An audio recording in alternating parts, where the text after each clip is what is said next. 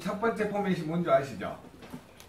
해독이란 무엇인가에 대한 정의를 내려주고요. 두 번째는 뭐냐면 독소의 종류를 인지시켜주는 거예요. 뭐냐면 외부 독소, 내부 독소를 인지시켜주는 작업이고, 세 번째 작업이 뭐냐면 해독 기관이 왜 무너지게 되는지, 해독 기관의 중요성, 이 세 가지를 가지고 여러분이 뭐 고혈압, 당뇨, 고지혈증, 뭐 골관절염 이걸 붙여가는 거예요. 그러니까 포맷을 만들어 놓고 여러분이 왜 해독이 필요한가. 만약 고혈압 환자를 만났으면 그 고혈압에 대한 약물 분석을 해주고 당신 몸에는 이런 부작용이 있으니까 뭐냐 식품하고 같이 병행하는 게 좋다. 이런 것들을 시스템화하는 것들을 여러분이 계속 배우시고 그걸 관련 있게 저기 해주셨으면 좋겠습니다. 개념 이해되셨죠? 뭔 말인지. 네. 앞으로는 마이너스 그룹은 누구나 강의를 할 수 있게끔 그 부분에 대해서. 그러면 만약에 해독과 항산화제가 필요한 이유하면 뭘 하시면 될까요? 화학 칵테일, 레스토레이트, 또 뭐 각 그 장기 필요한 제슈추라든가 이런 것들을 여러분들이 해주시면 도움이 된다는 거예요. 개념이 이해되셨죠? 그래서 누구나 강의를 하고 누구나 할 수 있게끔 시스템화해서 내려가는 방향으로 이 세 가지 틀에다가 그 제목을 붙여가지고 하는 방향을 여러분들이 꼭 공부를 해주셨으면 좋을 것 같습니다. 자, 그러면 해독의 정의는 뭐라 그랬어요? 내 몸에서 뭘 빼내는 작업이요? 독소를 빼내는 작업이라고 그랬죠. 그러면 이 독소를 빼내려고 하면 뭘 인지를 해야 될까요? 독소가 뭔지를 인지를 해야 되겠죠. 개념 정리 되신가요? 네. 자, 그러면 독소의 정리를 인지를 하려면 외부에서 들어오는 독소하고 내부에서 발생하는 독소를 인지시켜주는 것이 두 번째 작업이라는 거죠. 그럼 외부에서 들어오는 독소를 무슨 독소라 그래요?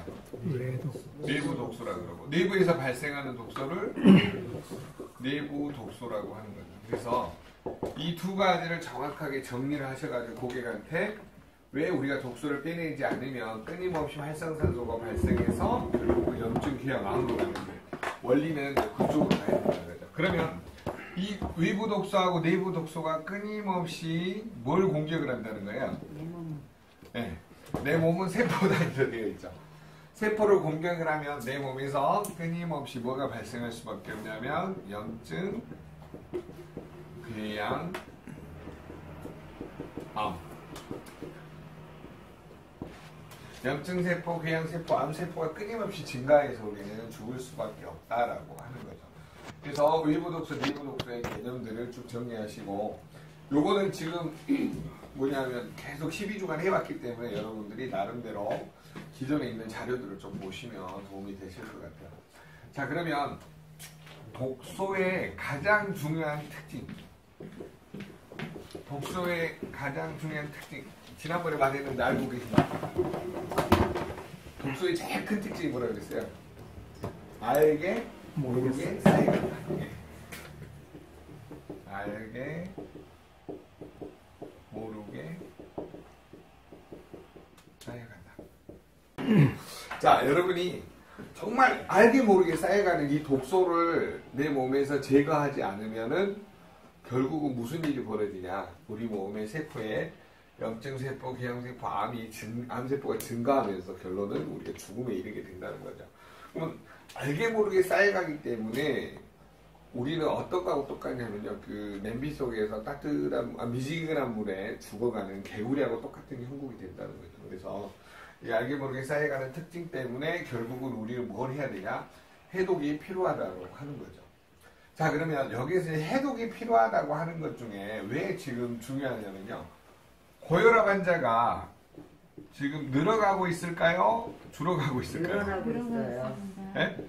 점점 늘어나고 있죠. 자, 그 이유 중에 하나가 고혈압은 병이다. 책 혹시 읽어보신 분? 병이 아니다. 병이 아니다. 거기 나오죠. 네. 원래 1987년도에 180. 네.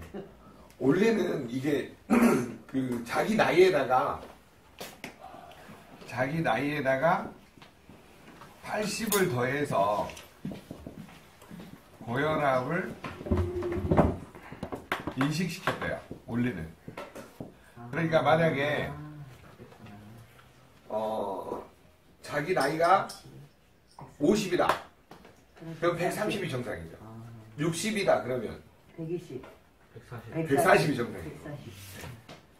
그 다음에 70이다 그러면 150이 정상이죠. 아. 이런 식으로 그 뭐냐면 이 교수님이 이름이 뭐더라? 모스미터인가? 모스몬데 그 교수님이 자기가 처음에 배울 때만 해도 이렇게 뭐냐면 상황인식이 이랬었대요. 근데 어느 날 갑자기 이거를 80에 120 지금 현대인의 혈압의 정상 범위를 갑자기 이렇게 낮춰버렸다는 거죠. 자, 그러면 고혈압 인식이 이렇게 낮아졌다는 소리는 뭘 의미하냐면, 자, 이렇게 되면 50세 이상은 전부 무슨 환자가 돼버려요? 고혈압 환자. 고혈압 환자가 돼버려요. 그래서 이 교수님이 독서를 날렸죠. 고혈압 약은 제약회사하고 의사가 짜고 치는 고스톱이다라고. 제 말이 아니에요. 저 잡혀갑니다. 큰일 나요. 네. 그러면 나이가 먹을수록 혈관이 딱딱해지는 거는 정상적인 반응이에요? 비정상적인 반응이에요? 정상적인 반응이라는 거죠. 그래서 이 나이가 들어갈수록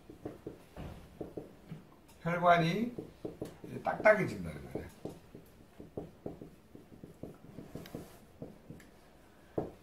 자, 혈관이 딱딱해지니까 어떻게 되는 현상이 벌어져요?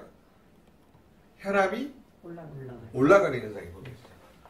그래서 나이가 먹을수록 혈압이 올라가는 현상이 벌어진다는 거죠.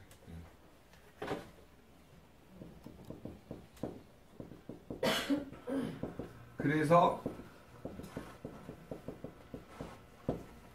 고혈압이 질병이 아니라 그 현상 증상이라고 그렇게 표현을 하는 이유가 그 책에 나와 있습니다. 자, 그러면 이 고혈압이 문제가 아니고 뭐가 더 문제라고 적어져 있던가요? 기억나시는 분은? 마음 심신. 네. 이분이 주장하는 것도 뭐냐면 결국은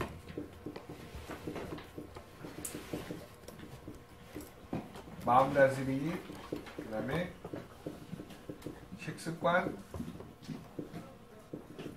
생활 습관을 개선하지 않으면 이 고혈압 증세를 가지고 있는 분들이 나중에 이제 질환이 발생할 수 있다라고 이제 결론을 내려요. 그러면 고혈압이 약이 필요 없다는 소리가 아니라 현대인들에게 필요하는데 이분의 또 주장 중에 하나가 뭐냐면 고혈압은 아침에 재는 것이 아니 혈압은 아침에 재는 게 좋을까요? 오후에 재는 게 좋을까요? 오후에. 네, 오후에 재야 돼요. 지금. 아침은요 우리 몸의 시스템이 갑상선하고 부신이 최고조에 있어요. 호르몬이. 그러니까 심장 박동수가 아침이 제일 빨라요.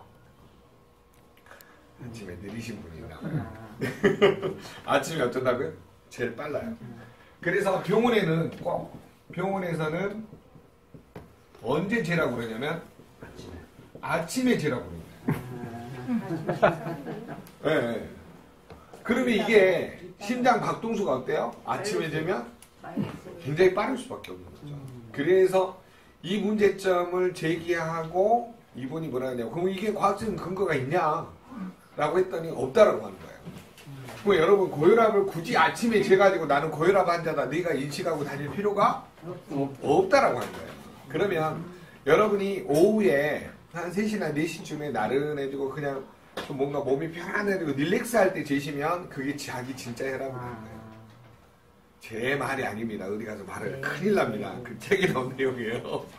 그래서 여러분이 굳이 혈압을 아침에 재가지고 막 나 150이야 160이야 흥분할 필요가 없다라고 하는 거예요. 개념 이해되셨죠? 그래서 자기가 제일 편할 때 오후에 한가할 때 재셔가지고 자기 혈압을 정확하게 인식을 하는 게 중요하다라고 저자가 말씀하고 있습니다. 다음에는 마이크를 써드려야 되겠다. 자, 그러면 고혈압에서 여러분이 조심하셔야 될 게 뭘까요? 자, 고혈압은 기본적으로 뭘 조심하셔야 되냐면 동맥 경화를 조심해야 돼요. 왜 그러냐? 동맥 경화가 결론은 뭐의 원인이 되어지는 거예요? 혈관이 좁아지고 딱딱해지면 뭐의 원인이 돼요? 고혈압의 원인이 되는 거죠. 그러면 동맥 경화를 예방할 수 있는 생활 습관, 그 다음에 영양 식이요법, 이 두 가지가 더 중요하다는 거죠. 그래서 고혈압 자체에 신경을 쓰지 말고 혈관이 딱딱해지는 것을 조심하고 예방하는 생활 습관이나 영양 식습관을 가져가는 게 중요한데, 한국 사람은 뭐에 민감해요? 수치에 민감하죠. 수치. 그게 잘못됐다 이 말이. 그 저자 말이 제 말이 아니에요. 큰일 납니다. 네.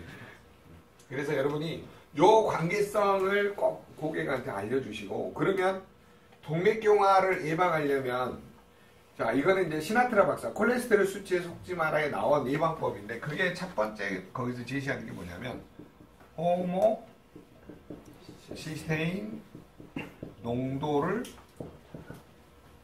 인식해라 이 말이에요. 자, 이 말은 좀 전문 용어인 것 같은데 아주 쉬운 용어입니다. 무슨 말이냐면요, 호모시스테인이 왜 발생하는지를 먼저 인식을 하면 돼요. 이거는 우리가 음식을 먹게 되면 음식 안에 들어있는 메티오닌 같은 말이에요. 요 필수 아미노산 음식 찌꺼기가, 아니 요것이 대사되는 과정에서 중간 대사 산물 호모시스테인, 여러분 쌀을 식히면 쌀뜨물 뜨죠. 그거하고 똑같다라고 보시면 돼요. 어떤 변화하는 과정에서 생겨나는 중간 대사 물질이라는 거죠. 그래서 메티오닌을 필수 아미노산, 즉 음식 안에 들어있는 단백질의 가장 적은 단위, 이렇게 보시면 돼요. 그래서 음식 안에 들어있는 필수 아미노산은 보통 과학적으로, 영양학적으로 9가지를 이야기하고 있는 거죠.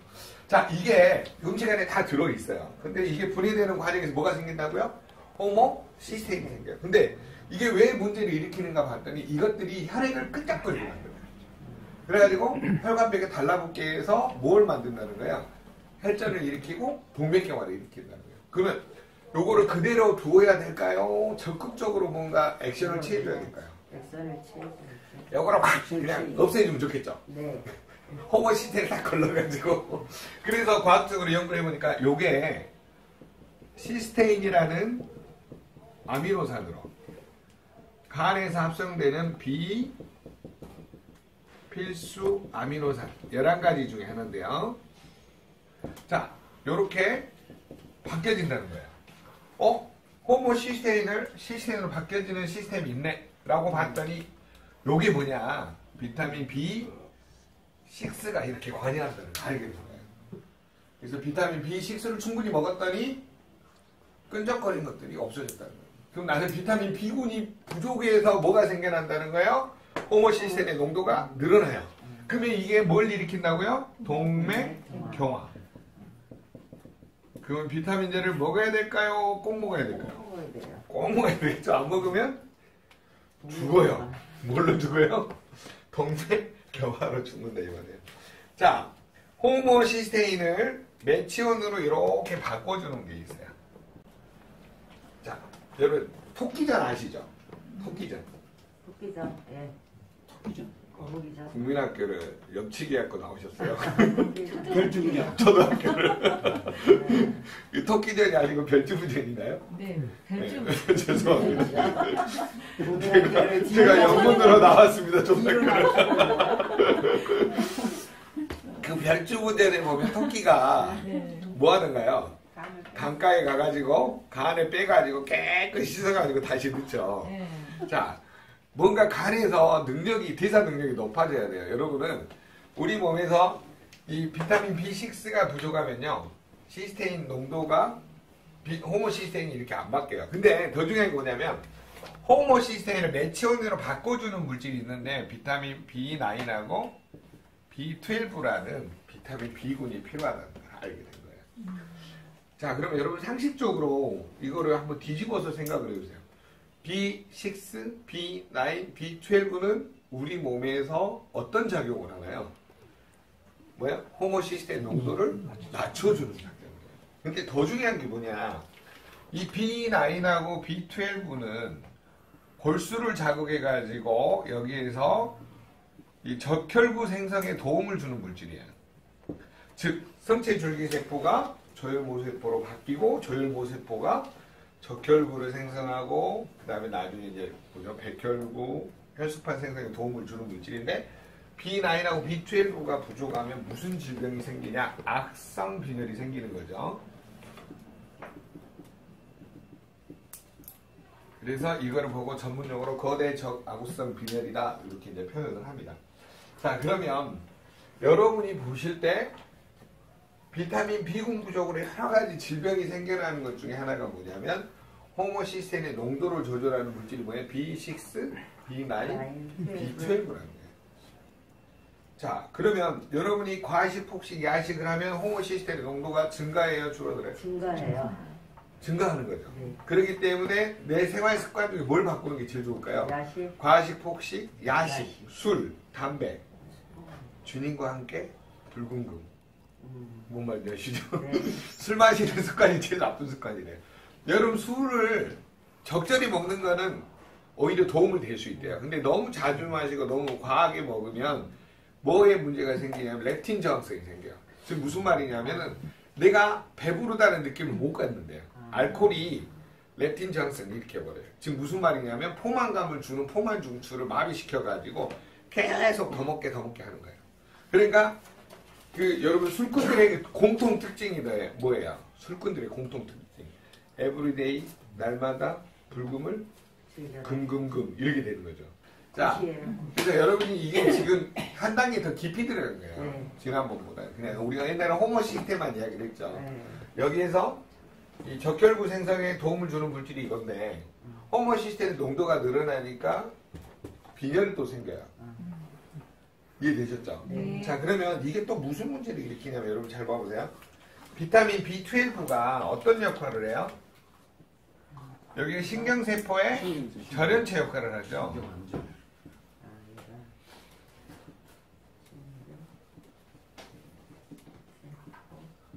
자, 신경세포의 절연체 역할을 한다는 거는 뭐냐면 신경세포는 신경수초라는 게 있어요. 옷의 역할하는 이 신경수초를 다른 말로 미엘린이라고 합니다.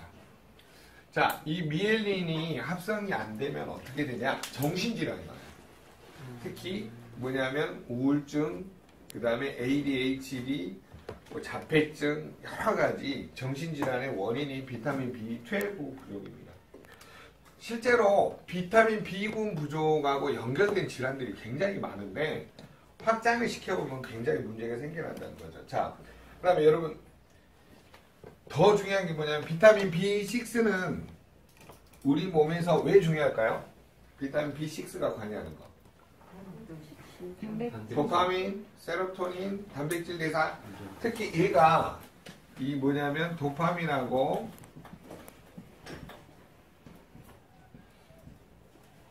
세로토닌으로 전환될 때 필수 물질이에요. 그 전부 물질들을 전부 다 비타민 B6가 세로토닌으로 바꿔줘요.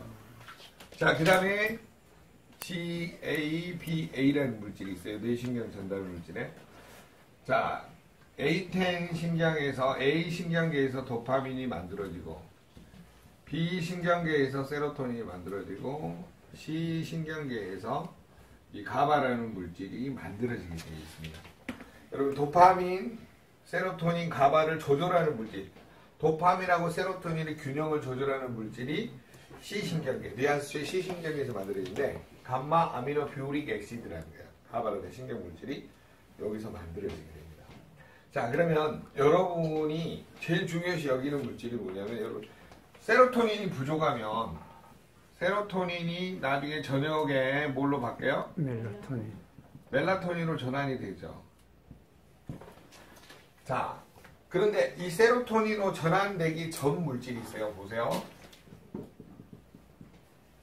자, 세로토닌이 저녁에 뭘로 전환이 돼요? 멜라토닌으로 전환되죠. 이때 필요한 물질이 뭐냐면 마그네슘이에요. 자, 세로토닌이 만들어지기 전에 5-HTP라는 중간 디산 물질이 있어요. 자, 요것은 뭐가 필요로 하냐면 트립토판이라는 이 필수 아미노산이 필요해요. 트립이 여행이잖아요.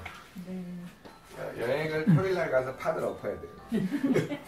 트립토판 이렇게 외우세요. 여행은 토요일날 가는 것이 판이 엎어진다. 좋아진다 이 말이에요. 자, 그러면 우리가 전구물질들을 계산을 해보면 트립토판이 5-HT로 바뀔 때 B3, B9, 철분이 필요하다 이 말이에요. 요게 부족해지니까 무슨 문제들이 생겨나기 시작을 하냐면 우리 몸에서 뭐냐면 이런 세로토닌 합성이 안 돼요. 그러다 보니까 무슨 문제가 생겨요? 수면 장애가 생기는 거죠. 그리고 또 방금 배우신 B9 부족으로 인해서 무슨 장애가 또 생겨요? 호모시스테인 농도가 높아지는 거예요. 지금 이게 이제 확장해서 배우는 거예요. 계속. 그래서 자, 그러면 요 놈이 이렇게 전달이 되려면 5-HT에서 요게 전달이 되려면 뭐가 필요하냐면 비타민 B6가 필요하다. 그래서 단백질 대사에서 가장 핵심 물질이 뭐냐면 비타민 B6예요. 저런 게 부족해 버리면 무슨 문제예요? 호모시스테인 농도도 높아지고 세로토닌 합성이 안 돼요. 뭐 세로토닌 합성이 안 되면은 근본 물질 저녁에 이 멜라토닌이 뭐냐면은 송가선에서 분비되는 무슨 물질이에요? 수면 유도 물질이죠. 자, 수면에 관여하는 호르몬이기 때문에 여러분이 굉장히 중요시 여기셔야 됩니다. 그러면 이 세로토닌은 뇌하수체가 이제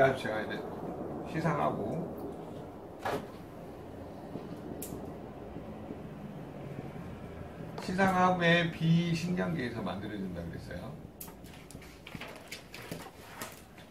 자, 오늘 오신 분 중에 처음 들으신 분들은 이 말이 썰어보려 들릴 수가 있습니다.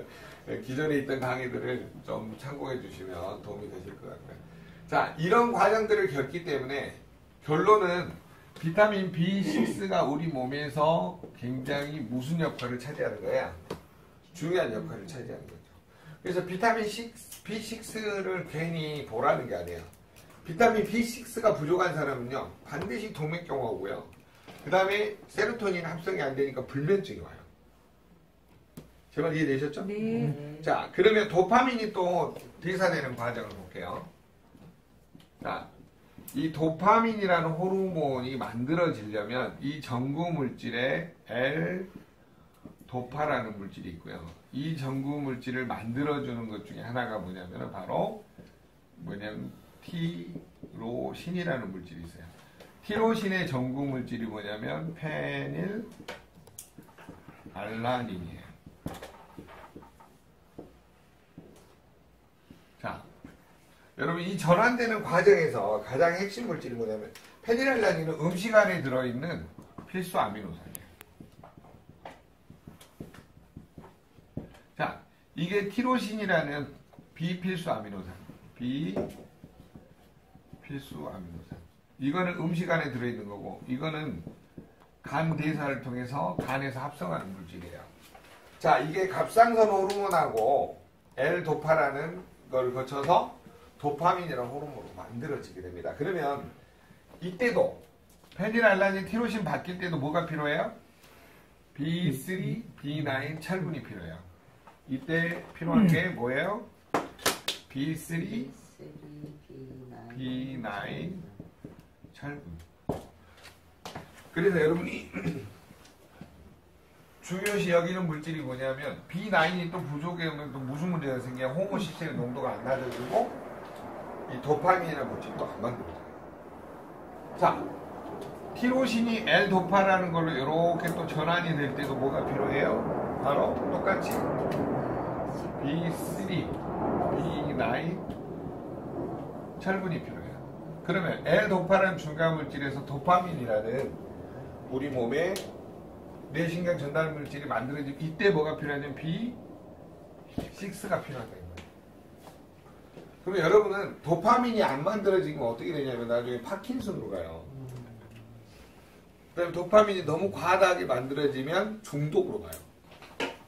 자, 도파민이 과다하게 만들어져서 중독으로 가면 여러분이 식욕이 늘어나면 뭐가 될까요? 비만이 되겠죠. 게임 중독으로 가면 뭐가 될까요? 자폐아가 되겠죠. 뭔 말인지 아셨죠? 네. 그 다음에 술 중독으로 가면 알코올 중독. 알코올성 치매가 되겠죠, 나중에. 그 다음에 설탕 중독으로 가면 당뇨가 되겠죠. 뭐 기타 뭐 중독성이 여러 가지가 있으니까 마약에 중독이 되면 예, 정신병원을 가시겠죠. 정신분열이 오겠죠. 정신분열증. 자, 뭔가 도파민이 일으킬 수 있는 것에 PM에 중독이 되면 뭐가 될까요? 성공. PM에 중독이 되면 예, CL이 되겠죠. PM에 중독되면 CL이 될 거예요. 아마. 누가 무전기 완치된다 그러더라고요. 그래서 PM이 무전장. PM 무전장이 있어요. 위에 문장 있어요. 네, 참 나 깜짝 놀랐어요. 네이버 검색합니다. 네이버 검색하면 PM 무전장으로 나오더라고요. 옛날에 그 현존제 PM 무전장이 있어가지고. 자, 결론은 뭐냐면 우리는 B6가 왜 중요한지, B9이 왜 중요한지를 설명하려고 지금 이걸 확장해서 여러분 설명한 거예요. 그러면 저거는 대뇌하고 소뇌 사이에 이 뭐냐면 간뇌라는 게 있어요. 자, 대뇌하고 소뇌 사이에 이 한 가운데 있는 뇌 줄기가 있어요. 이 뇌 줄기를 줄기 간자를 써가지고 뇌간이라고 해요. 뇌간의 상층 부위를 마시간뇌, 간뇌라고 그래요. 그 다음에 주간뇌에서 중뇌라고 그래요. 뇌하고 뇌를 연결한다 해서 뇌교라 그래. 그 다음에 맨 아래 연수라는 게 있어요. 이런 식으로 이렇게 된 거를 뇌간 또는 뇌줄기 그렇게 이야기를 합니다. 자, 그러면 이 간뇌는 뭘로 이루어졌냐? 마시간뇌 할 때 여기는 시상하고 시상하부라는 걸로 이루어져 있어요. 자, 시상은 말 그대로 눈에 보이는 거예요. 눈으로 들어오는 거, 귀로 들어오는 거, 그 다음에 손가락으로 느끼는 거, 입으로 느끼는 이 모든 정보를 대뇌에 전달하는 작용을 하는 거를 시상이라고 해요. 그러니까 간뇌가 죽으면 맛이 간뇌가 되죠. 네? 이해되셨어요? 자, 시상하부의 역할은 뭐냐면 우리 몸에서 제일 중요한 호르몬을 뭐라 그러냐면 뇌분비라 그러죠. 뇌분비계하고 우리 몸을 조율해주는 자율신경계. 이 전체 밸런스를 주관하는 것이 뭐냐면 시상하부예요. 그러니까 호르몬이 문제가 생기면 질병이 오고 자율신경계가 망가지면 질병이 오는 거죠. 그래서 우리는 이 시상하부하고 시상하부를 간뇌라고 하는데 저기가 미치면 맛이 간 거예요. 그래서 간뇌라고 그러는 거예요. 자, 관소리인데 아셨죠? 네. 간뇌라고 합니다. 간뇌. 자, 그래서 우리는 기본적으로 왜 사람이 미쳐가냐? 비타민 B군 부족으로 미쳐간다 이 말이에요.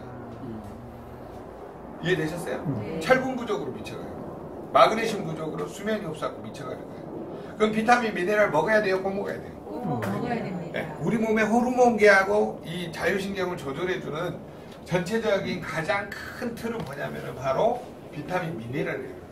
그 중에 비타민 B3, B9, 그 다음 B6가 어디에 들어있냐?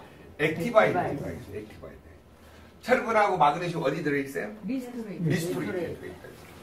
그래서 이런 것들이 여러분이 골고루 먹어줘야지만이 건강의 핵심되는 물질로 바뀌어진다 이 말이에요. 요게 호모시스테인의 농도를 인식하지 못하니까 혈관벽에가 한번 호모시스테인의 농도가 늘어가면서 무슨 경화? 동맥경화로 사람들이 죽어간다 이 말이에요. 그러면 요거는 알게 모르게 쌓여가죠 독소가. 근데 이거를 인식하는 순간에 우리는 어떻게 바뀌어요? 동맥경화로부터 벗어날 수 있다는 거죠. 이거를 여러분이 그냥 단순하게 생각하는 게 아니라 꾸준히 알려줘야 돼요. 시나트라 박사가 제일 미국에 동맥경화 원인이 뭐냐면 비타민 B6, B9, B12 부족이라는 걸 계속 방송 강의에서 이야기를 합니다. 그러니까 여러분도 어때요? 콜레스테롤 수치에 섞지 말라는 책을 하나 사시든지 아니면은 이 근거를 가지고 정확하게 요즘에 호모 시스템 유튜브에 쳐보세요. 엄청 많이 나와요. 야 유튜브에 네 호모 시스템 한번 쳐봐라. 비타민 B6, B9, B12 부족으로 이런 질환이 오는데 먹어야 되겠냐? 꼭 먹어야 되겠냐? 꼭 먹는 게 중요하다는 걸 알려주시는 게 좋다는 거죠. 자, 그래서 여러분이 이런 것들의 개념에서 호모 시스템이 엄청 중요하다라고 인식시켜주는 게 제일 중요합니다. 자, 그러면 영양학적 고혈압 접근에서 가장 중요시 여겼던 부분이 방금 알게 모르게 쌓여가는 호모 시스템의 농도였는데, 자, 이거를 이제 별도로 발견하신 분이 있어요. 자, 동맥경화의 원인은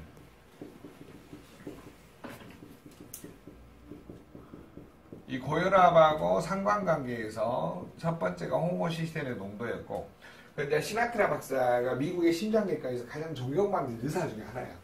그러다 보니까 그분이 방송을 하면 굉장히 유행을 하게 되는데, 어찌됐든 여러분들이 이제 뭘 가장 중요시 여기셔야 되냐면 용어들을 있잖아요. 하나씩 정리를 해 가셔야 돼요.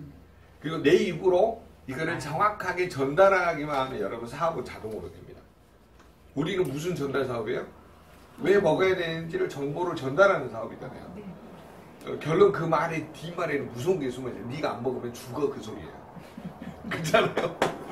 그래서 여러분이 정확하게 전달을 해요. 자, 그러면 이 동맥경화하고 고혈압의 원인 중에 하나가 또 뭐였냐면 바로 칼슘 부족이었다는 거예요. 자, 여러분 혹시 사자가 동맥경화로 쓰러져 죽었다는 분 보신 분, 신문기 가요? 네. 그럼 호랑이가 동맥경화로 쓰러져 죽었다. 뱀이 동맥경화에 쓰러져갖고 팩 가다 휙 쓰러져 죽었다. 이거 보신 분 아무도 없죠? 여러분 잘 생각해요. 동물이 동맥경화 걸리는 사실이 없어요. 신기하죠? 근데 사람은 동맥경화가 많아요. 그 원인 중에 하나를 밝혀내 주신 분이 닥터 올렉 박사가 올리는 수의사예요. 아, 동물은 동맥경화 안 주는데 왜 사람은 동맥경화를 줄지를 연구를 하면서 3,000명을 해보고 그랬더니 결론을 낸 게 뭐야? 칼슘 부족. 그러면 왜 칼슘이 부족한가를 이분이 연구를 하다 보니까 대부분 어디에서 빠져나와요? 뼈에서. 뼈에서 빠져나온 칼슘. 자, 우리는 이거를 양자에서는 칼슘 유실량이라고 표현을 하죠. 자, 뼈에서 빠져나온 칼슘 때문에 문제가 된다는 걸 알게 된 거죠. 자, 그러면 이분이 공통적으로 고민했던 부분이 뭐였냐면 이 부분이죠. 뼈에 칼슘, 마그네슘, 인, 황, 아연 여러 가지 미네랄들이 많이 저장되어 있습니다. 그런데 치아하고 뼈에는 99%에 뭐가 저장이 되어 있어요? 칼슘이 저장이 되어 있어요. 1%만 어디에 들어 있어요? 혈액에. 그래서 이 칼슘이 뭐하고 관련이 있냐면 pH 7.4 약 알칼리 상태의 혈액 수속 이온 농도하고 관련이 있습니다. 퍼센트 하이드로젠 7.4, 7.0을 중성이라고 표현하고 그 위로 올라가는 걸 약 알칼리 또는 아래로 내려가는 거를 산성이라고 표현합니다. 그러면 7.4 이하로 점점 혈액이 떨어지게 되면 혈액이 뭐가 되냐면 산성화 된다는 거죠. 자, 산성화되면 혈액이 어때요? 걸쭉해지고 탁해지죠. 이거를 다시 pH 7.4로 이렇게 복원하려고 하는 성질을 혈액의 항상성이라고 표현하는 거죠. 자, 항상성은 뭐냐면 내 몸의 균형을 이루는 어떤 시스템이라는 거죠. 그래서 나빠지면 다시 7.4로 복원. 안 그러면 죽으니까 혈액이 탁해져서. 그럼 이거를 조절해주는 물질이 어디서 빠져나온가를 봤더니 뼈에서 칼슘을 우리 몸은 빼다 쓰면서 이 혈액의 항상성을 유지하더라라는 것을 발견한 거예요. 그러면 뼈에 칼슘을 빼오면 구멍이 뚫려요, 안 뚫려요? 이걸 무슨 다공증이라고 그래요? 골다공증이라고 하는 거죠. 자, 그러면 뼈 입장에서는 골다공증이지만 빠져나온 칼슘 입장에서는 다시 어디로 못 돌아가요? 뼈로 못 돌아가요. 그 이유 중에 하나가 뭐냐면 혈액 안에 마그네슘 농도가 일정의 1대1이든지 2대1이어야 돌아가요. 이해되셨죠? 근데 뼈에서 갑자기 칼슘이 많이 빼왔어요. 그럼 내가 스트레스 받았으니까 원래 마그네슘 먹어야 되는데 막 마그네슘 타서 먹어요? 안 그렇잖아요. 그러다 보니까 농도가 칼슘 농도가 많이 늘어났단 말이에요. 이 많이 늘어난 농도가 못 돌아가고 어디 박혀 있는가를 봤더니 요게 혈관 이 내피세포 벽에 박혀 있다는 거죠. 혈관 맨 안쪽을 내피세포라고 합니다. 거기에 두둑하게 박혀져 있어요. 근데 거기에는 호모시스테인, 칼슘, 그 다음에 산화된 LDL 콜레스테롤, 그 다음에 중성지방이 산화돼서 과산화 지질, 여러 가지 당화, LDL 콜레스테롤, 여러 가지 독소들이 거기에 전부 다 붙어 있다 이 말이에요. 그래서 혈관벽이 점점 두꺼워지고 딱딱해지면서 뭐가 진행이 되는 거예요? 동맥경화가 진행이 됐다는 거예요. 자, 그래서 혈액이 지나갈 때 압력이 높아졌다는 거죠. 그러면 동맥경화의 원인 중에 하나도 무슨 부족이라는 거예요? 칼슘 부족이에요. 그러면 칼슘을 먹어야 돼요? 꼭 먹어야 돼요? 꼭 드셔야 됩니다. 안 먹으면 동맥경화하고 뭐에 걸리기 쉬워요? 고혈압에 걸리기 쉽다는 거죠. 자, 여러분 동맥경화가 오면은 고혈압만 오는 게 아니라 뭣도 와요? 뇌경색, 뇌출혈, 예, 이거를 뇌가 졸업하는 중입니다. 그래서 뇌졸중이 와요. 그 다음에 심장혈관이 접어지면 협심증, 이게 100% 막히면 심근경색이 오죠. 자, 우리는 여러 가지 문제들을 동반적으로 일으키게 됩니다. 자, 그러면 동맥경화하고 고혈압의 원인 중에 하나를 여러분 잘 살펴보면 이 혈관에 뭔가 찌꺼기가 많이 쌓였다는 거예요. 그 찌꺼기 중에 하나가 뭐냐면 과학자들이 밝혀보니까 산화된 LDL 콜레스테롤, 그 다음에 당화된 LDL 콜레스테롤, 과산화 지질, 요런 뭐냐면 기름덩어리들이 혈관벽에 점점 달라붙어요. 여기 산화됐다는 것은 뭐예요? 활성산소 수치가 증가했다는 소리죠. 그러니까 우리 몸 안에 활성산소가 증가하면서 콜레스테롤하고 그다음 뭐예요? 중성지방을 공격을 해버렸다는 거죠. 그리고 당화됐다는 건 뭐예요? 우리 몸의 설탕 농도, 그 끈적거림이 이제 늘어났다는 거고요. 그래서 여러분이 떡, 빵, 면을 즐기게 되면 당화된 LDL 콜레스테롤, 활성산소가 늘어나면 산화된 LDL 콜레스테롤, 그 다음에 탄수화물, 지방, 단백질을 먹고 남아있는 게 중성지방이 산화되면 과산화 지질, 이런 걸로 바뀌어지게 됩니다. 이런 것들이 혈관벽에 가득 차면은 무슨 경화가 돼요? 동맥경화가 된다는 거죠. 자, 그러면 이런 기름덩어리가 혈관벽에 이렇게 계속 막아버리면 혈관이 거기 두꺼워지고 어떻게 돼요? 좁아지고 딱딱해지게 되죠. 그럼 혈액이 지나갈 때 압력이 어때요? 높아지죠. 저항이 높아지니까. 무슨 압이 돼요? 고혈압이 된다는 거죠. 그럼 원인 중에 하나가 뭐냐면 이런 지질의 산화가 원인 중에 하나라는 거죠. 그러면 여러분 혈액 안에 있는 중성지방이나 LDL 콜레스테롤 낮춰주는 물질이 있는데 그게 오메가3라는 거예요. 네, 오메가3. 오메가3는 혈액 안에 있는 지질의 농도를 낮춰준다는 거죠. 그래서 오메가3를 먹게 되면 특히 뇌졸중, 심근경색 이런 혈관 질환을 예방할 수 있다는 게 전체적인 중론입니다. 그런 측면에서 보면 우리 몸은 끊임없이 산화되어지고 기름 찌꺼기가 쌓여가고 칼슘 부족으로 호모시스텐의 농도가 늘어나면서 계속 혈관이 막혀지고 딱딱해지고 좁아지고 있다는 거죠. 자, 그러면 이것만 있는 게 아니라 혈관은 몇 중막으로 되어 있어요? 3중막으로 되어 있어요. 이렇게 삼겹살 모양으로 되어 있는데 이 사이사이를 메꿔주는 물질이 뭐냐면 콜라겐이라는 거예요. 자, 또 원인 중에 하나가 뭐냐면 콜라겐이 부족해지면 혈관이 어때요? 점점 네, 딱딱해져요. 좁아지고 딱딱해져요. 그렇기 때문에 여러분이 콜라겐을 충분히 드실 필요가 있어요. 자, 콜라겐은 지난번에 말씀을 드렸듯이 이 뭐냐면 소고기 안에 들어있는 콜라겐 물질 중에 프롤린이라는 게 있어요. 프롤린.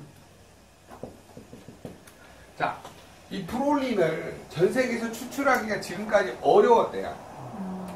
그러다 보니까 좋은지는 알았지만 이거를 뭐냐면 추출해서 쓸 수가 없었어. 그래서 어린 물고기였자, 비늘리자, 물고기 비늘에서 추출한 거예요. 거기에다가 물하고 염산을 넣어가지고 꾸물꾸물 나온 것들을 추출해서 썼던 거죠. 그러니까 저분자 콜라겐이 좋아요, 좋기는. 근데 이게 단점이 뭐냐면 염산이 사이사이에 묻어 있어요.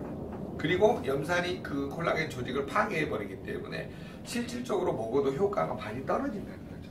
그래서 이런 단점을 해결할 수 있는 게 바로 이 독일 PM이 가지고 있는 기술력이에요. 소고기 껍질에서 추출해가지고 프롤린, 글리신, 하이드록시프롤린 3중 구조로 만들었기 때문에 여러분이 정말 독일 PM은요 식품회사로는 전세계 1위 회사라고 보시면 돼요. 왜? 아메이는 머리끝부터 발끝 비행기까지 다 팔잖아요. 근데 식품만 전체적으로 파는 회사는 이 뭐냐면 독일 PM입니다. 근데 독일 PM이 앞으로 지금 그 이번에 회장님 말씀 보니까 2배 성장을 했더만요. 몇 년? 2조 5천억. 2조 5천억 몇 년 사이에 너무 많이 성장을 해가지고 회사도 지금 요새 고민이랍니다. 왜 그러냐면 이게 물류를 대줘야 되는데 지금 밀려 있어가지고 너무 고민한다라고 그러는데, 자 어찌됐든 여러분이 지금 잘 보시면 동맥경화 혈관이 점점 왜 막혀가고 딱딱해져 가는지를 원리적으로 이해가 되겠죠. 그러면 콜라겐은 여러분 전구 물질이 단백질하고 뭐예요? 비타민 C예요. 그럼 여러분 비타민 C를 안 먹으시는 분도 있겠죠. 많이 먹으시는 분도 있고, 단백질하고 비타민 C를 골고루 먹어주는 방법도 있고, 그 다음에 이거를 콜라겐 형태로 개발한 뷰티 콜라겐이 있어요. 그러니까 여러분이 선택적으로 드시면 되고, 결론은 우리가 왜 고혈압이 오고 동맥경화가 오는지를 인식하는 작업이 굉장히 중요하거든요. 그래서 뇌경색, 심근경색, 고혈압은 다 같은 말이에요. 맞죠? 동맥경화, 고혈압, 심근경색, 뇌경색 다 같은 말이라고. 뿌리가 같기 때문에. 그러면 결국은 여러분이 콜라겐도 내 온몸의 질환을 막을 수 있는 하나의 방법이에요. 왜? 우리 몸의 전체 대부분이 다 콜라겐으로 되어 있잖아요.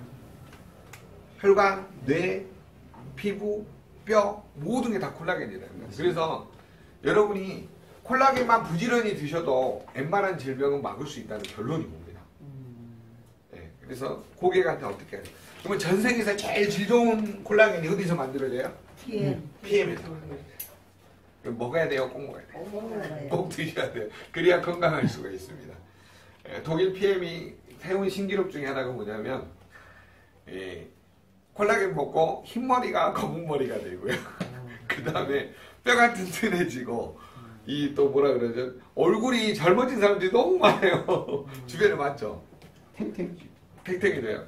그 중에 하나가 우리 이경 사장님이에요. 10년을 젊어지셨어요. 네. 지치질 않아요. 네네네. 자, 그러면 여러분 이제 잘 봐보세요.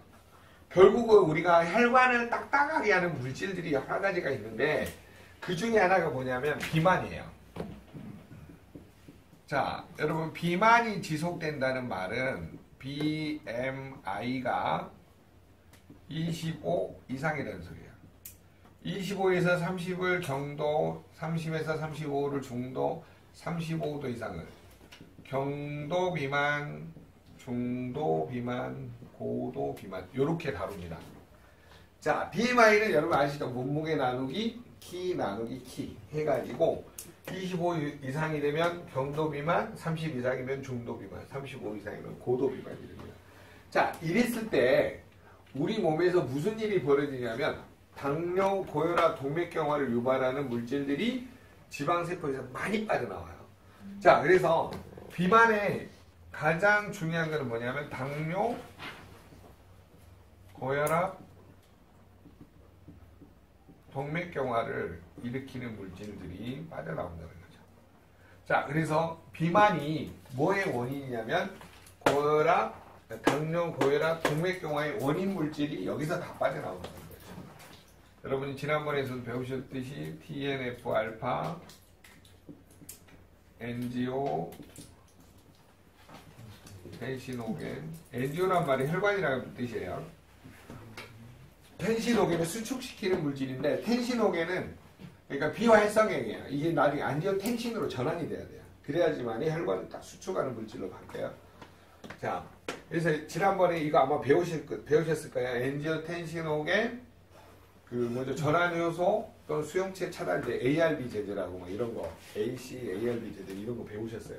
그래서 이런 게 이제 전부 다 뭐냐면 고혈압을 일으키는 물질이고 그 다음에 파이1 PAI-1 자, 이런 물질들이 빠져나와가지고 우리 몸에 당뇨, 고혈압, 동맥경화를 일으킨다라고 하는 거죠. 그래서 지금 그 오영지 사장님이 다이어트 프로그램을 하고 계세요. 호르몬 밸런스 다이어트. 네, 너무 쉬워요. 식사하면서 하니까. 그러니까요. 네. 그래서 나중에 여러분이 그 오영지 사장님 끝나고 나면 한번 제가 한번 말씀드릴게요. 임상을 한번 우리가 네. 들어보는 시간을 갖도록 하겠습니다.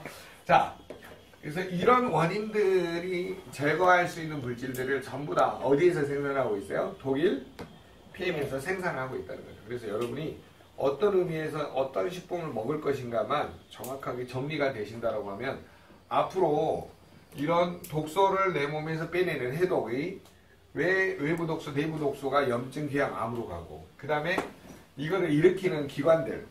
자, 우리 해독 기관에 제일 중요한 게 뭐라 그랬어요? 간, 신장, 폐, 대장. 요 독소가 처리가 안 되면 전부 어디로 신호를 보내요? 피부로. 간, 신장, 폐, 대장에서 문제가 생기면 피부로 나와요. 그래서 여러분이 피부가 갑자기 거칠어지고 뾰루지가 나고 독소가 생기면요. 여기에 보시면 젊은 애들 중에 운동 안 하고 과식폭식 야식하는 여기에 보면 기름 덩어리에 다 박혀 있어요. 이런 데 보시면. 자, 검버섯도 그래요. 검버섯도 그러고. 자, 그러면 여러분 나중에 이 해독기관이 망가지면 자, 피부는 왜 중요한 해독기관이냐면요. 땀을 배출해요. 땀으로 독소를. 그래서 운동에서 여러분이 강제라도 땀으로 배출하거나 족욕을 하든지 반신욕을 하든지 피부로 독소 배출이 굉장히 중요합니다. 여러분 발바닥은요 2만 개의 구멍이 있어요. 그러니까 소금 한 주먹 딱 부어가지고 여러분 족욕이라도 하세요. 제일 쉬운 방법이에요. 네. 네. 자, 그러면 뭐가 탁해지냐? 혈액이 탁해지고 림프가 막히고 무슨 문제가 생기냐? 이 경혈이 막히면서 여러분이 끊임없는 질병에 시달리게 된다. 그래서 우리는 독소를 정의하고 인지하고 해독기관이 망가지고 질병이 생겨나는 4가지 태포. 이것만 여러분 계속 집에서 공부를 해보세요. 해독의 정의, 해독의 독소를 인지하고 해독기관이 어떻게 망가지고 왜 질병이 생겨나는지 이 4가지만 계속 여러분이 고객한테 알려주고 식품 왜 먹어야 되는지 알려주면 모든 게 해독이 됩니다.